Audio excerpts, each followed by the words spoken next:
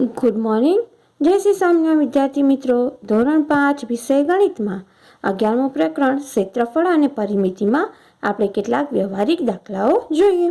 હવે આપણે અહીંયા એક રકમ આપી છે કે મહેશભાઈએ રસોડાના ભોંય તળિયે ચોરસ ટાઇલ્સ લગાડવાનું નક્કી કર્યું. દરેક ચોરસ ટાઇલ્સની બાજુની લંબાઈ 10 સેમી છે. તેનું રસોડું 150 સેમી લાંબુ અને 100 સેમી પહોળું છે. તો તેમાં કુલ કેટલી ટાઇલ્સની જરૂર પડે? હવે કહેવાનો મતલબ શું છે કે એના ઘરનું જે રમેશભાઈ જે છે એના ઘરનું જે રસોડું જે છે ને એ રસોડામાં એને ટાઇલ્સ લગાડવાનું નક્કી કર્યું છે.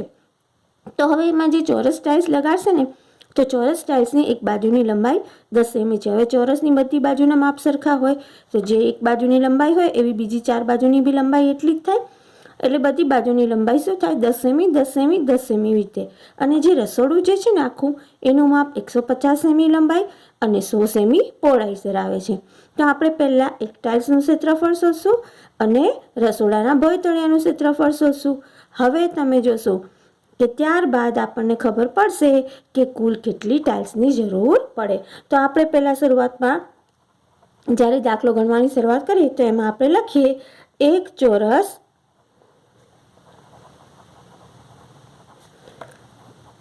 ટાઇલ્સનું ક્ષેત્રફળ બરાબર, ખબર જ છે ચોરસનું ક્ષેત્રફળ શું થાય? લંબાઈ ગુણ્યા લંબાઈ બરાબર. તો શું થશે? 10 સેમી ગુણ્યા 10 સેમી. તો આપણને ખબર છે શું જવાબ આવશે? 100 ચોરસ સેમી. હવે ત્યારબાદ આપણે શું જોવાનું છે? રસોડાના ભોંય તળિયાનું. તો હવે લખવાનું રસોડાના ભોંય તળિયાનું ક્ષેત્રફળ બરાબર. હવે જો રસોડાના ભોંય તળિયાનું ક્ષેત્રફળમાં 150 સેમી લાંબુ 100 સેમી પહોળું એટલે એ લંબચોરસ કહેવાય. તો એના માટે લંબચોરસનું સૂત્રફળ કામ લાગશે. એનું જે સૂત્ર આવે ને એના ક્ષેત્રફળનું એ કામ લાગે લંબાઈ ગુણ્યા પહોળાઈ. હવે લંબાઈ કેટલી છે? 150 સેમી અને પહોળાઈ કેટલી છે? 100 સેમી. તો શું આવશે જવાબ? 15,000 ચોરસ સેમી જવાબ આવે. હવે જો આપણને એક ચોરસ ટાઇલ્સનું ક્ષેત્રફળ મળી ગયું અને રસોડાના ભોંય તળિયાનું ક્ષેત્રફળ જોઈએ. હવે કુલ કેટલી ટાઇલ્સની જરૂર પડે? તો સૂત્ર છે ટાઇલ્સની સંખ્યા બરાબર રસોડાના ભોંય તળિયાનું ક્ષેત્રફળ ભાગ્યા એક ચોરસ ટાઇલ્સનું ક્ષેત્રફળ. રસોડાના ભોંય તળિયાનું ક્ષેત્રફળ ભાગ્યા એક ચોરસ ટાઇલ્સનું ક્ષેત્રફળ. રસોડાના ભોંય તળિયાનું ક્ષેત્રફળ કેટલું છે? 15,000 અને એક ચોરસ ટાઇલ્સનું શું છે? 100. હવે 1 0 1 0 જાય 1 0 1 0 આવી રીતે ઉડ્યા તો કેટલા જ પડ્યા? 150 થયા. તો કેટલી ટાઇલ્સની જરૂર પડે? 150 ટાઇલ્સની જરૂર પડે બરાબર. ત્યારબાદ આપણે જોઈએ કે આ બીજા નંબરનો જે દાખલો છે એમાં એક ચોરસ બગીચાની ફરતે વાડની લંબાઈ 24 મીટર છે અને તે બગીચાની એક બાજુની લંબાઈ કેટલી થાય? ધારો કે આપણે જુઓ કે આ એક ચોરસ બગીચો આપણને આપેલો છે. સમજી લેવાનું આકૃતિ એમ સમજી લો કે ધારો કે આ ચોરસ બગીચો છે. હવે એ બગીચાની ફરતે વાડની લંબાઈ એટલે આ ચારે બાજુની જે લંબાઈ થઈ ગઈ એ માપ કેટલું આવી ગયું? 24 મીટર આવી ગયું. એટલે સવાલ છે કે આ બગીચાની ફરતે ચારે બાજુનું માપ આવી ગયું તો એ શું થયું? પરિમિતિ થઈ ગઈ. તો એ ભાગ શું કહેવાય? પરિમિતિ. તો ચોરસ બગીચાની પરિમિતિ બરાબર શું થાય? 24 મીટર. તો એના પરથી આપણને એક બાજુની લંબાઈ મળી જશે. તો અહીંયા લખવાનું ચોરસ બગીચાની પરિમિતિ બરાબર 24 મીટર છે બરાબર. તો હવે આપણે એને સૂત્ર પરથી મેળવીશું.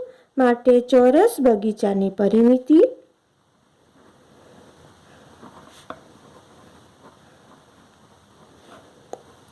હવે પરિમિતિ શોધવાનું આપણને સૂત્ર ખબર જ છે 4 ગુણ્યા લંબાઈ શું છે 4 ગુણ્યા લંબાઈ. હવે આપણે ચોરસ બગીચાની પરિમિતિનું માપ આપેલું છે ને 24 મીટર, તો અહીંયા આપણે શું મૂકી દઈશું? 24 મીટર મૂકી દઈશું અને આ બાજુ 4 ગુણ્યા લંબાઈ. હવે એક વસ્તુ ધ્યાનમાં રાખવાનું, આ બરાબર છે ને એની બાજુ આ 4 ગુણાકારમાં છે ને, તો આ વસ્તુ અહીંયા ભાગાકારમાં જતી રહેશે. તો હવે આપણે છે ને આ વસ્તુને ઉથલાવી નાખીએ. 4 ગુણ્યા લંબાઈ બરાબર 24. એ આ બાજુ આપણે લઈ લીધા. કેમ? આપણને ગણતરીમાં સરળતા રહે એટલે. હવે આ 4 જે છે ને અહીંયા ગુણાકારમાં, એ ક્યાં જશે? આ બાજુ ભાગાકારમાં. એ ક્યાં જશે? ભાગાકારમાં. તો લંબાઈ બરાબર 24/4. હવે 4ના ઘડિયામાં 24 આવશે. 4 છંગ શું થાય? 24. તો એનો ભાગ ચાલ્યો તો બરાબર 6. તો શું આવે? તો એક બાજુની લંબાઈ, બગીચાની એક બાજુની લંબાઈ શું થાય? 6 મીટર થાય. તો કેટલી થાય? એક બાજુની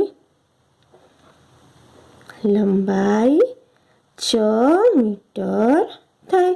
જો બધી બાજુનું ફરતે માપ આપ્યું, 24 મીટર આપ્યું, તે બગીચાની પરિમિતિ થઈ. હવે એનું સૂત્ર શું છે? 4 ગુણ્યા લંબાઈ છે. તો આ 4 જે છે, હવે આપણે ગણતરીમાં સરળતા રહે એટલે આ 4 ગુણ્યા લંબાઈ આ બાજુ લઈ ગયા અને આ બાજુ 24 મૂક્યું. હવે આ જે 4 છે એ આ બાજુ નીચે ગયા, તો 4 છંગ 24 થયા. તો કેટલી જ આવી? 24 મીટર આવી. હવે જો અહીંયા જાઉં, એક પાતળા 20 સેમી લાંબા તારમાંથી અહીંયા 6 મીટર તમને જવાબ મળી ગયો. ત્યારબાદ ત્રીજા નંબરનો દાખલો જોઈએ. એક પાતળા 20 સેમી લાંબા તારમાંથી લંબચોરસ બનાવવાના છે. જો આ લંબચોરસની પહોળાઈ 3 સેમી હોય તો તેની લંબાઈ કેટલી થાય? હવે આખો આ જે 20 સેમી લાંબો જે તાર જે છે ને, એમાંથી લંબચોરસ બનાવવાનું છે. ધારો કે આ 20 સેમી આખો લાંબો એક તાર હોય, તમે સમજી લેવાનું, એમાંથી લંબચોરસ બનાવવાનું હોય તો આખું માપ કેટલું થાય? 20 સેમી થાય. તો એ લંબચોરસ તારની શું થાય?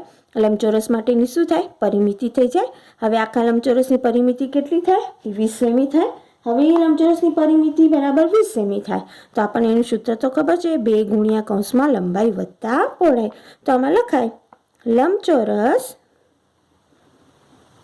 ની પરિમિતિ બરાબર કેટલી છે? 20 સેમી. હવે આપણને પરિમિતિ શોધવાનું સૂત્ર તો ખબર જ છે. પરિમિતિ શોધવાનું સૂત્ર આપણને ખબર જ છે, 2 ગુણ્યા કૌંસમાં લંબાઈ વત્તા પહોળાઈ. હવે તમે આમ પણ કરી શકો, 2 ગુણ્યા કૌંસમાં લંબાઈ વત્તા પહોળાઈ. આ જે સૂત્ર છે એની જગ્યાએ તમે અહીંયા લખી નાખ્યું 2 ગુણ્યા કૌંસમાં લંબાઈ વત્તા પહોળાઈ બરાબર શું અહીંયા લખી નાખ્યું? 20 લખી નાખ્યું. હવે અહીંયા તમે ખાસ ધ્યાન આપો, 2 ગુણ્યા અહીંયા પહોળાઈ આપણને આપી દીધી છે, લંબાઈ તો આપણે શોધવાની છે, વત્તા શું કરશું? 3 બરાબર 20. હવે એક વસ્તુ ધ્યાનમાં રાખવાનું, આ 2 છે ને તમે અહીંયા ભાગાકારમાં પણ લઈ જઈ શકો છો. આ દાખલો 2 રીતે થઈ શકે છે. ચાલો તમને આ અહીંયા ગુણાકારમાં છે ને તો ભાગાકારમાં લઈ જવાનું શીખવાડું. તો તમે જો અહીંયા શું મળશે? લંબાઈ વત્તા 3 આવ્યું. અને આ જે 2 અહીંયા શું છે? ગુણાકારમાં છે, એ આ બાજુ ક્યાં જતા રહેશે? ભાગાકારમાં જશે. તો 20 ભાગ્યા 2 કરશું. તો લંબાઈ વત્તા 3. હવે આમાંથી આ ઉડે એટલે જવાબ શું આવ્યો? 10 આવ્યો.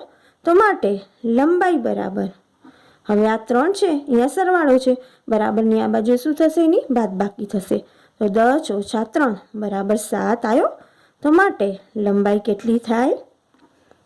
7 સેમી થાય. બરાબર, આ રીતે આ દાખલો થયો.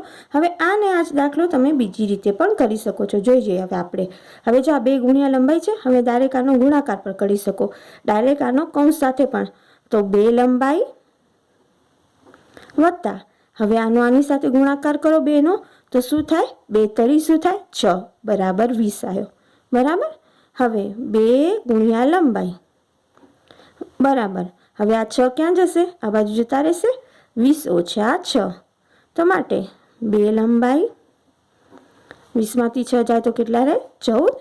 તો માટે લંબાઈ બરાબર 14/2 એટલે બરાબર 7 આવી ગયો. તો આવી રીતે પણ આનો જવાબ આવી શકે છે. તમે ગમે એ રીતે આ દાખલો કરી શકો છો.